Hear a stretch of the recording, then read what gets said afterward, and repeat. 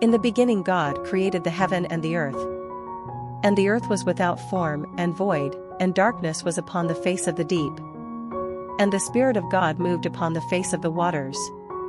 And God said, "Let there be light," and there was light. And God saw the light, that it was good, and God divided the light from the darkness. And God called the light day, and the darkness he called night. And the evening and the morning were the first day.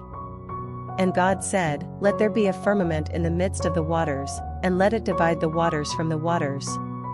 And God made the firmament, and divided the waters which were under the firmament from the waters which were above the firmament, and it was so. And God called the firmament heaven. And the evening and the morning were the second day. And God said, "Let the waters under the heaven be gathered together unto one place, and let the dry land appear," and it was so. And God called the dry land earth. And the gathering together of the waters called he seas, and God saw that it was good. And God said, "Let the earth bring forth grass, the herb yielding seed, and the fruit tree yielding fruit after his kind, whose seed is in itself, upon the earth," and it was so. And the earth brought forth grass, and herb yielding seed after his kind, and the tree yielding fruit, whose seed was in itself, after his kind, and God saw that it was good. And the evening and the morning were the third day. And God said, "Let there be lights in the firmament of the heaven to divide the day from the night, and let them be for signs, and for seasons, and for days, and years. And let them be for lights in the firmament of the heaven to give light upon the earth," and it was so. And God made two great lights, the greater light to rule the day, and the lesser light to rule the night. He made the stars also. And God set them in the firmament of the heaven to give light upon the earth, and to rule over the day and over the night, and to divide the light from the darkness, and God saw that it was good. And the evening and the morning were the fourth day. And God said, "Let the waters bring forth abundantly the moving creature that hath life, and fowl that may fly above the earth in the open firmament of heaven." And God created great whales, and every living creature that moveth, which the waters brought forth abundantly, after their kind, and every winged fowl after his kind, and God saw that it was good. And God blessed them, saying, "Be fruitful, and multiply, and fill the waters in the seas, and let fowl multiply in the earth." And the evening and the morning were the fifth day. And God said, "Let the earth bring forth the living creature after his kind, cattle, and creeping thing, and beast of the earth after his kind," and it was so. And God made the beast of the earth after his kind, and cattle after their kind, and everything that creepeth upon the earth after his kind, and God saw that it was good. And God said, "Let us make man in our image, after our likeness, and let them have dominion over the fish of the sea, and over the fowl of the air, and over the cattle, and over all the earth, and over every creeping thing that creepeth upon the earth." So God created man in his own image, in the image of God created he him, male and female created he them. And God blessed them, and God said unto them, "Be fruitful, and multiply, and replenish the earth, and subdue it, and have dominion over the fish of the sea, and over the fowl of the air, and over every living thing that moveth upon the earth." And God said, "Behold, I have given you every herb-bearing seed, which is upon the face of all the earth, and every tree, in the which is the fruit of a tree yielding seed, to you it shall be for meat.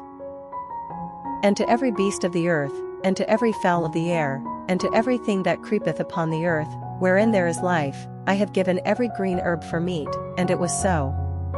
And God saw everything that he had made, and, behold, it was very good. And the evening and the morning were the sixth day. Thus the heavens and the earth were finished, and all the host of them. And on the seventh day God ended his work which he had made, and he rested on the seventh day from all his work which he had made.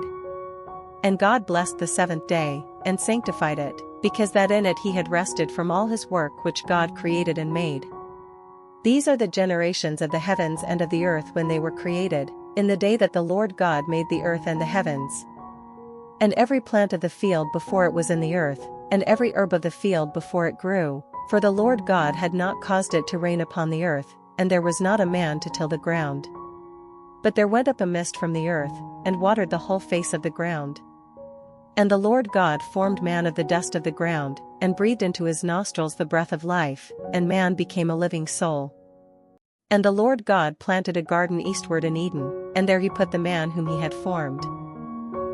And out of the ground made the Lord God to grow every tree that is pleasant to the sight, and good for food, the tree of life also in the midst of the garden, and the tree of knowledge of good and evil.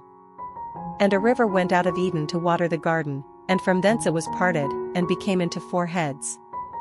The name of the first is Pison, that is it which compasseth the whole land of Havilah, where there is gold. And the gold of that land is good, there is bdellium and the onyx stone. And the name of the second river is Gihon, the same is it that compasseth the whole land of Ethiopia. And the name of the third river is Hiddekel, that is it which goeth toward the east of Assyria. And the fourth river is Euphrates. And the Lord God took the man, and put him into the garden of Eden to dress it and to keep it. And the Lord God commanded the man, saying, Of every tree of the garden thou mayest freely eat. But of the tree of the knowledge of good and evil, thou shalt not eat of it. For in the day that thou eatest thereof thou shalt surely die. And the Lord God said, It is not good that the man should be alone, I will make him an helpmeet for him.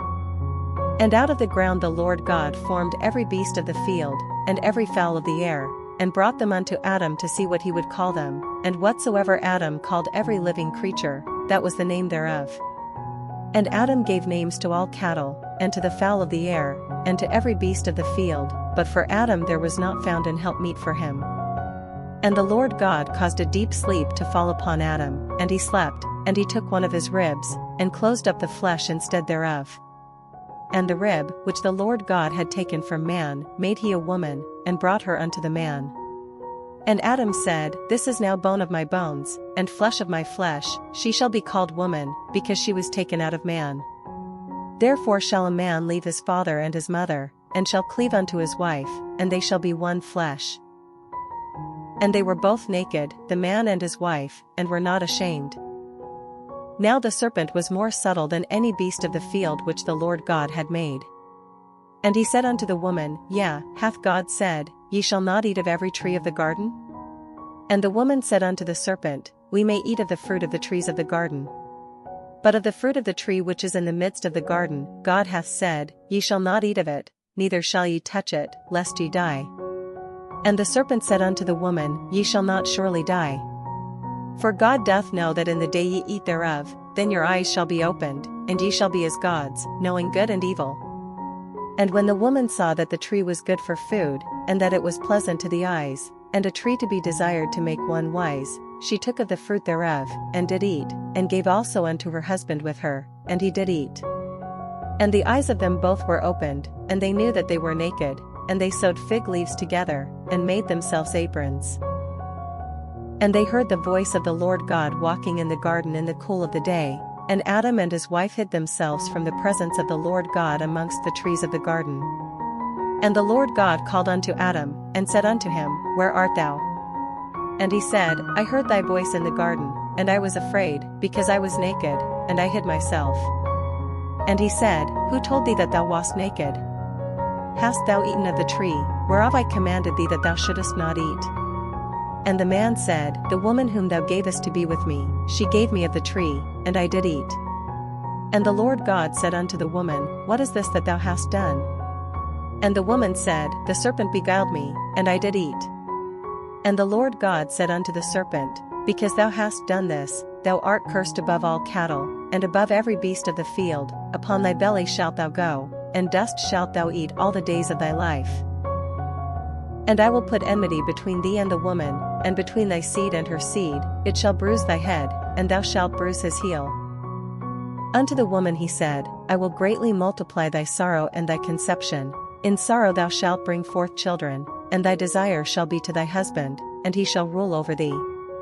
And unto Adam he said, Because thou hast hearkened unto the voice of thy wife, and hast eaten of the tree, of which I commanded thee, saying, Thou shalt not eat of it, cursed is the ground for thy sake, in sorrow shalt thou eat of it all the days of thy life. Thorns also and thistles shall it bring forth to thee, and thou shalt eat the herb of the field.